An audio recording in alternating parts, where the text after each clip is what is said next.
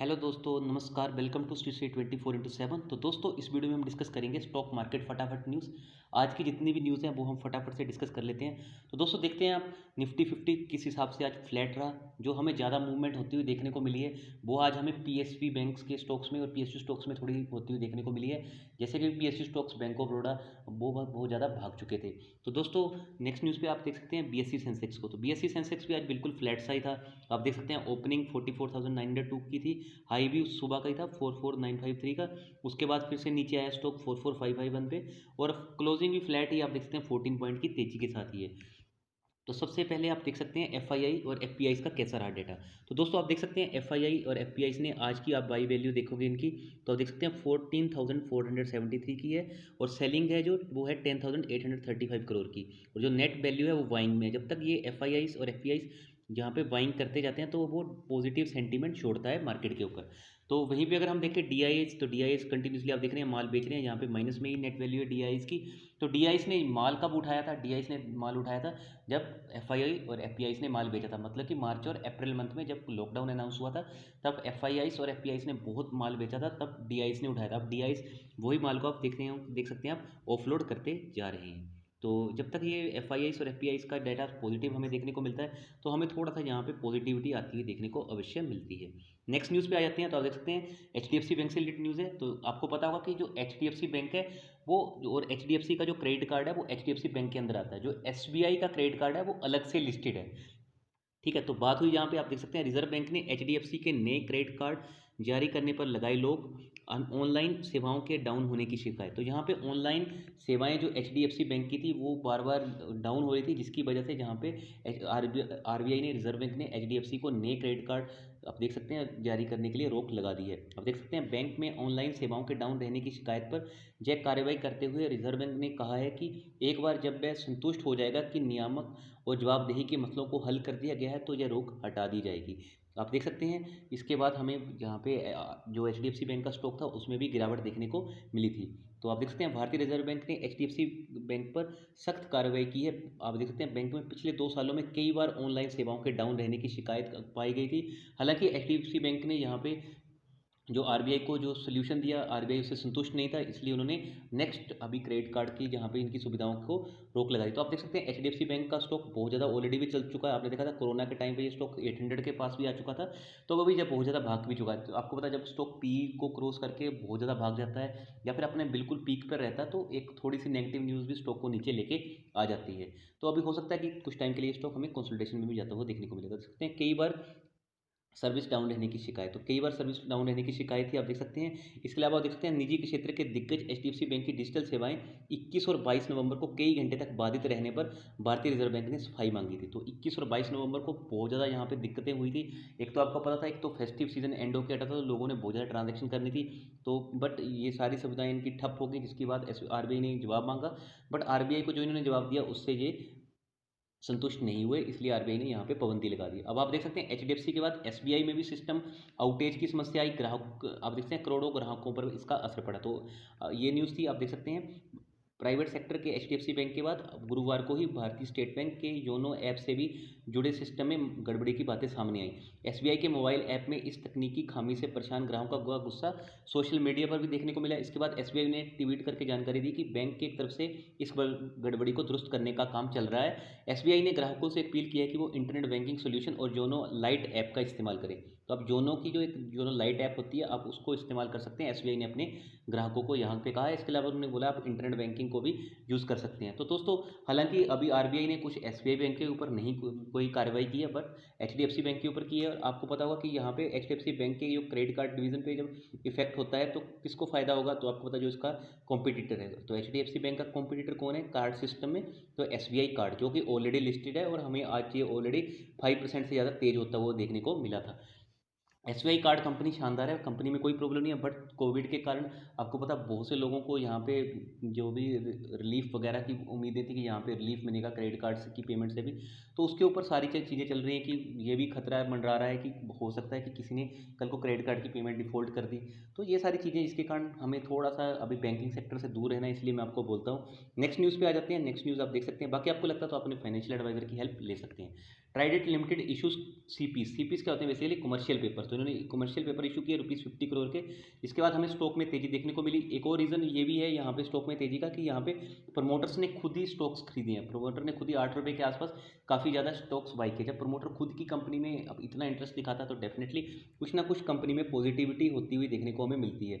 Already हमने देखा था स्टॉक 70 के आसपास चलता था जब इसका 1:10 में इसको किया गया था। मतलब कि एक स्टॉक को सपोज करो 1:10 में, मतलब जब ये ₹60 का स्टॉक होगा इसको 10 पार्ट में डिवाइड कर दोगे तो एक की स्टॉक की वैल्यू शेयर पे हो जाएगी।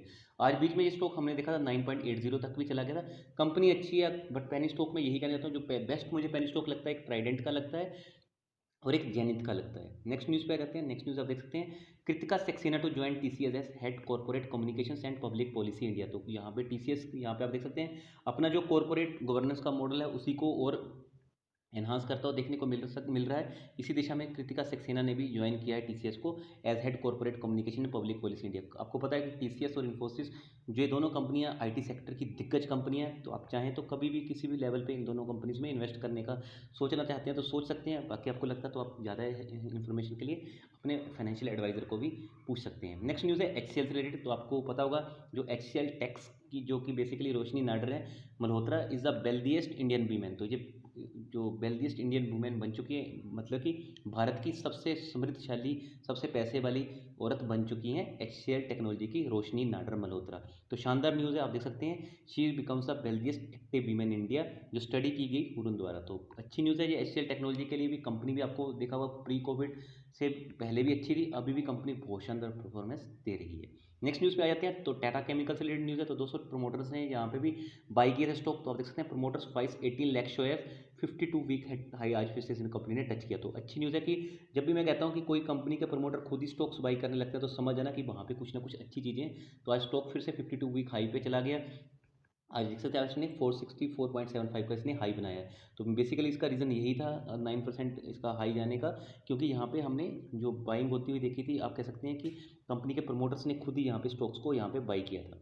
नेक्स्ट न्यूज़ पे आ जाते हैं। तो राधा कृष्ण दीवानी जी से रिलेटेड है। तो राधा कृष्ण दीवानी जी ने ट्रिम किया है ट्रेंट में। ट्रेंट किसका ब्रांड है? ट्रेंट भी आपको पता है टाटा का ब्रांड है। तो बेसिकली ये टाटा की रिटेल आर्म है। तो यहाँ पे राधा कृष्ण दीवानी ने जैसे ही यहाँ पे अपना जो शेयर था वो उसको कम किया, तो आप देख सकते हैं स्टॉक में भी आज हमें गिरावट देखने को मिली। बीच में स्टॉक हमें 685 के आसपास देखने को मिल रहा था, जो कि बीच में 750 का लेवल भी क्रॉस कर चुका था। बट मैं यही कहना चाहता हूँ जो टाटा की कंपनीज होती हैं ये हमेशा कंसोलिडेशन या फिर इंक्रीज ऑर्डर में तभी चलती हैं बस, बट आपको यहाँ पे लॉन्ग टर्म देना होता है। तो कंपनी में कोई दिक्कत नहीं है। आपको पता बड़ा इन्वेस्टर है, इन्होंने लो लेवल पे माल खरीदा होगा तो हाई लेवल पे ये अवश्य बेच के जाएंगे। तो नेक्स्ट न्यूज़ पे आ जाते हैं। तो आप देख सकते हैं मारुति सुजुकी से है।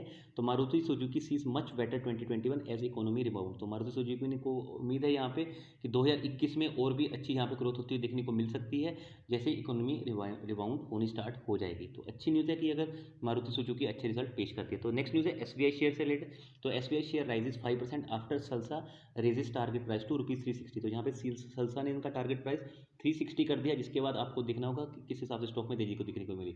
बट पीएसयू स्टॉक में जो भी पब्लिक सेक्टर बैंक में आपको जाना ही है तो एसबीआई स्टॉक मुझे अच्छा लगता है। बट ऐसा नहीं कि आप इसमें सारा पैसा लगा दो, आप इसमें थोड़ा पैसा लगा देना। इसके अलावा अगर आपको पैसा लगाना है तो आप आईसीआईसीआई बैंक, एचडीएफसी बैंक या फिर कोटक महिंद्रा बैंक में जा सकते हो। बट अभी के लिए आप चाहें अगर आपने बैंकिंग स्टॉक में नहीं इन्वेस्टमेंट किया तो टोटली अवॉइड भी कर सकते हो। एसबीआई बैंक गवर्नमेंट का नंबर 1 बैंक है पब्लिक सेक्टर का, बट यहाँ पे प्रॉब्लम क्या है, ये बहुत स्लो स्टॉक चलता है, आप कह सकते हो लो बीटा का ये स्टॉक है। नेक्स्ट न्यूज़ आ जाते हैं बर्गर किंग आईपीओ से। तो आप देख सकते हैं बर्गर किंग का आईपीओ भी सब्सक्राइब हो चुका है 9.38 टाइम्स ऑन डे 2। तो अगर आपने अप्लाई नहीं किया, अगर आप अपनी किस्मत आजमाना चाहते हैं तो कर सकते हैं। हालांकि इसका जो प्रीमियम चल रहा है वो भी अराउंड ₹30 प्लस चल रहा है। तो उम्मीद है कि यहाँ पे ये हमें प्रीमियम पे लिस्ट होता हुआ देखने को मिल सकता है। बट लॉन्ग टर्म के लिए कंपनी अच्छी है नहीं, तो मैं यही कहना चाहता हूँ कि कंपनी को डेट बहुत ज़्यादा और इसमें प्रोमोटर की शेयर होल्डिंग बहुत जल्दी चेंज होती रहती है। हाँ, अगर आप लिस्टिंग गेन के लिए अप्लाई करना चाहते हैं तो अपने फाइनेंशियल एडवाइजर की हेल्प लेके कर सकते हैं। नेक्स्ट न्यूज़ पे आ जाते हैं। तो CSC alleges Dabur Zandu Baidyanath among honey brands failed quality test Dabur rejects report. तो यहाँ पे सीएससी ने क्या कहा था, सीएससी ने कहा था कि जो ये हनी जो प्रोवाइड करते हैं, जो हनी बेचते हैं, तो ये जो है वो एडल्ट्रेटेड है, उसमें कुछ प्योरिटी नहीं है। तो इसीलिए बट डावर ने तो इनका क्लेम को रिजेक्ट कर दिया था।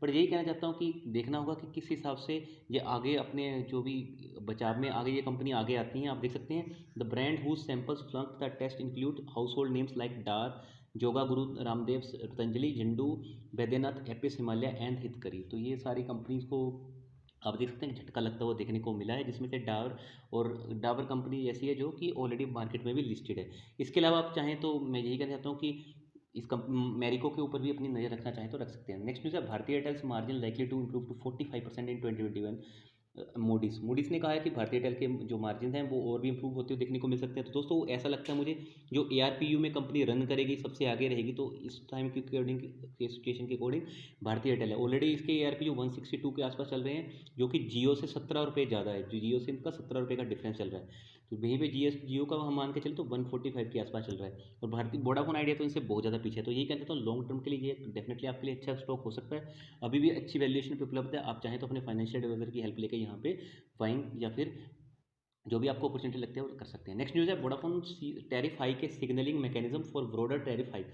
क्रेडिट स्विस, तो क्रेडिट स्विस ने यहाँ पे बोला है कि बेसिकली वोडाफोन आइडिया का जो टैरिफ हाइक है, ये बेसिकली अभी तो इन्होंने कुछ सेलेक्ट सर्कल्स में किया है और सर्कल्स में भी हो सकता है। तो बेसिकली अगर ये टैरिफ हाइक करते हैं तो कंपनी को अपना कुछ ना कुछ रेवेन्यू बढ़ता हुआ देखने को मिलेगा, ARPU बढ़ते हुए देखने को मिलेगा। बट प्रॉब्लम यहाँ पे ये है कि इनके कॉम्पिटिटर अपना टैरिफ हाइक करते हैं नहीं करते हैं।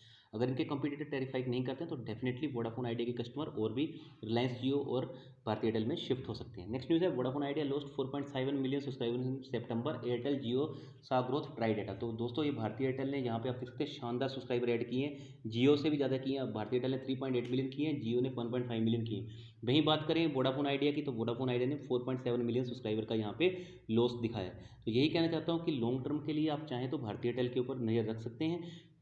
अगर यहाँ पे ऐसी सिचुएशंस को वोडाफोन आइडियाज़ को बाहर आना है तो बेसिकली इसको किस चीज़ के ऊपर फोकस रखना होगा, इनको फोकस रखना होगा फंड इन्फ्यूजन से रिलेटेड, ठीक है ना। जो FI से रिलेटेड इनकी बातें चल रही हैं, जितनी जल्दी ये फंड इन्फ्यूजन जो इन्होंने 25,000 करोड़ का बोला वो फाइनल नहीं होता, तब तक कंपनी के ऊपर हमें प्रेशर देखता हुआ मिल सकता है। कल भी हो सकता है थोड़ा सा हमें यहाँ पे प्रेशर देखने को मिले, क्योंकि जो कंपनी को बेसिकली अपना ARPU जब तक 270 से 300 तक नहीं लेके आती तब तक टेलीकॉम सेक्टर में सर्वाइव करने के लिए टफ हो सकता है। तो ये सारी चीज़ें हैं, जब तक सब्सक्राइबर नहीं होंगे, ARPU नहीं बढ़ेगा तो कंपनी प्रॉफिट में आते हुए देखने को नहीं मिल सकती हैं। तो देखना होगा किस हिसाब से आगे कंपनीज अपना प्लेटफॉर्म तैयार करती हैं। नेक्स्ट न्यूज़ पे आ जाते हैं, Vodafone idea CTSO and chief privacy officer Amit Pradhan quit. तो यहाँ पे जो बेसिकली इनके चीफ टेक्नोलॉजी सिक्योरिटी ऑफिसर थे, उन्होंने छोड़ दिया वोडाफोन आइडिया को और वो ज्वाइन करेंगे साइबर सिक्योरिटी फर्म को। तो ये इन्होंने कुछ छोड़ते टाइम ऐसा कुछ बयान नहीं दिया है, क्योंकि जब भी कोई बड़ा ऑफिसर छोड़ता है तो कुछ बयान अगर वो नेगेटिव देता है तो कंपनी के लिए नेगेटिव हो सकता है। हो सकता है उन्होंने कुछ अच्छी अपॉर्चुनिटी, जॉब अपॉर्चुनिटी के लिए इस कंपनी को छोड़ा हो, बट उन्होंने कुछ ऐसा नेगेटिव बयान नहीं दिया। तो हम कह सकते हैं कि जनरली हो सकता है उनको कुछ अच्छी जहाँ पे अपॉर्चुनिटी, जॉब अपॉर्चुनिटी मिली, जिस वजह से उन्होंने यहाँ पे क्विट किया है। तो चलिए दोस्तों, इस वीडियो में इतना ही था। आज की जितनी भी न्यूज़ थी वो सारी मैंने आपके सामने कवर कर दी। आई होप वीडियो आपको अच्छी लगी होगी, तो प्लीज़ लाइक करना, अपने दोस्तों के साथ शेयर करना। बहुत जल्दी मिलेंगे हम नेक्स्ट वीडियो के साथ। और हाँ, अपना कीमती समय मुझे देने के लिए आपका बहुत बहुत धन्यवाद। So thank you so much.